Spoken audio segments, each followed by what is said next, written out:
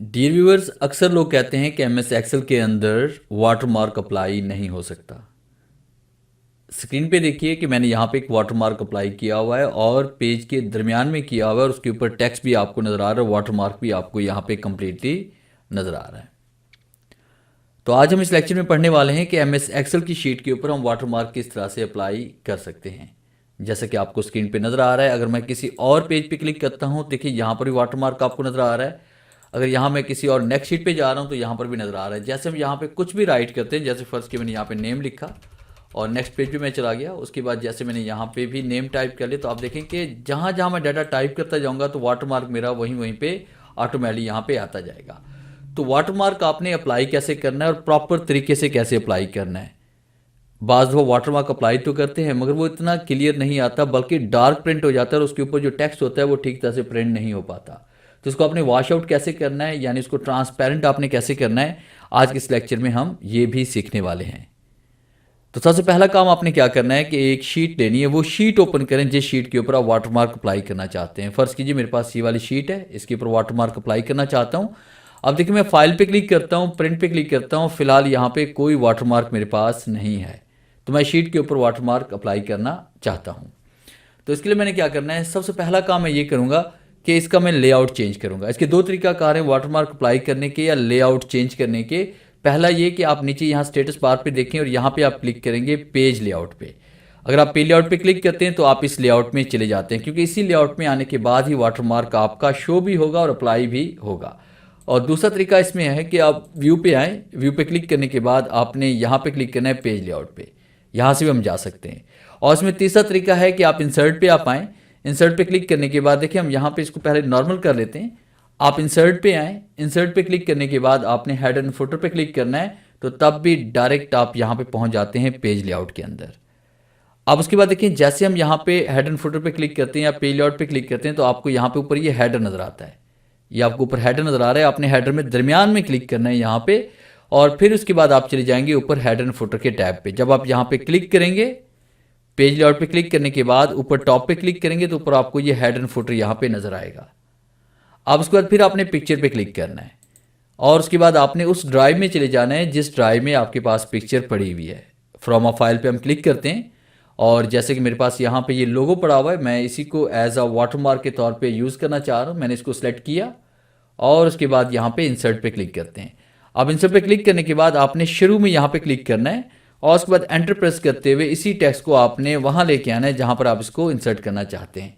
आप खाली जगह पे क्लिक करें, देखिए हमारे पास यहाँ पे ये वाटरमार्क देखें लोगो आ चुका है। अब ये लोगो बड़ा डार्क है, आप देखें कि यहाँ पे ऊपर वाला टेक्स्ट में नज़र नहीं आ रहा। अगर मैं कीबोर्ड से कंट्रोल पी भी प्रेस करता हूँ तो ये देखें लोगो बड़ा डार्क नज़र आ रहा है और ये टेक्स्ट जो ऊपर है ये हमें क्लियर नज़र नहीं आ रहा। तो इसके लिए हमने क्या करना है, इसको वॉश आउट करना है। तो वॉश आउट करने के लिए हमने क्या करना है कि सबसे पहले हम यहाँ पे ऊपर क्लिक करेंगे और ऊपर क्लिक करने के बाद फिर आपने हेड एंड फुटर पे आना है और उसके बाद यहाँ पे देखिए पिक्चर के साथ एक कमांड इसमें आ रही है फॉर्मेट पिक्चर की। अब जैसे फॉर्मेट पिक्चर पे क्लिक करेंगे तो आपके सामने ये डायलॉग बॉक्स ओपन हो जाएगा।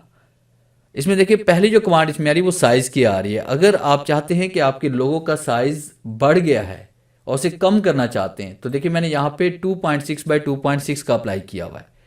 आप चाहें तो इसको बड़ा भी कर सकते हैं और छोटा भी कर सकते हैं। जैसे फर्स्ट कीजिए कि मैंने यहाँ पे इसमें अप्लाई कर दिया 3/3 का, और उसके बाद जैसे मैं ओके क्लिक करूँगा तो ये लोगों का साइज़ यहाँ बढ़ गया है। अगर आप इससे कम या ज़्यादा करना चाहते हैं वो भी बड़ी आसानी के साथ आप कर सकते हैं।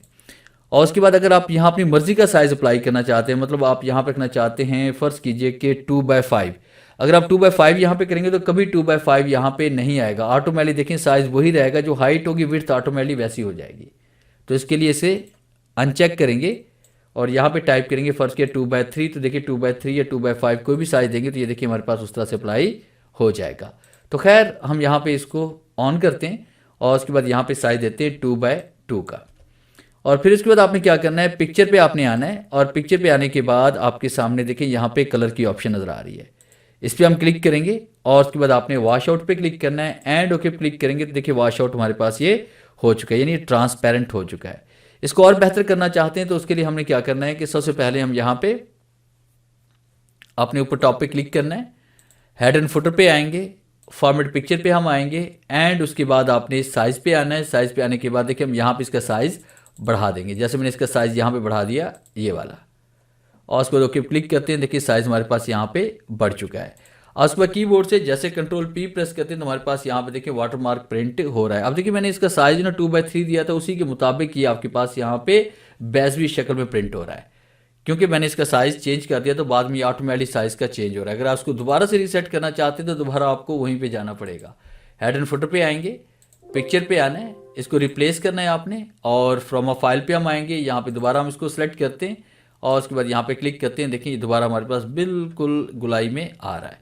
और दोबारा हमें वहाँ पे जाना पड़ेगा हेड एंड फुटर पे, एंड उसके बाद पिक्चर पे आना है, फिर उसके बाद यहाँ पिक्चर पे आएंगे और यहाँ पे क्लिक कर लेंगे इसमें वॉश आउट पे और ओके क्लिक करते हैं।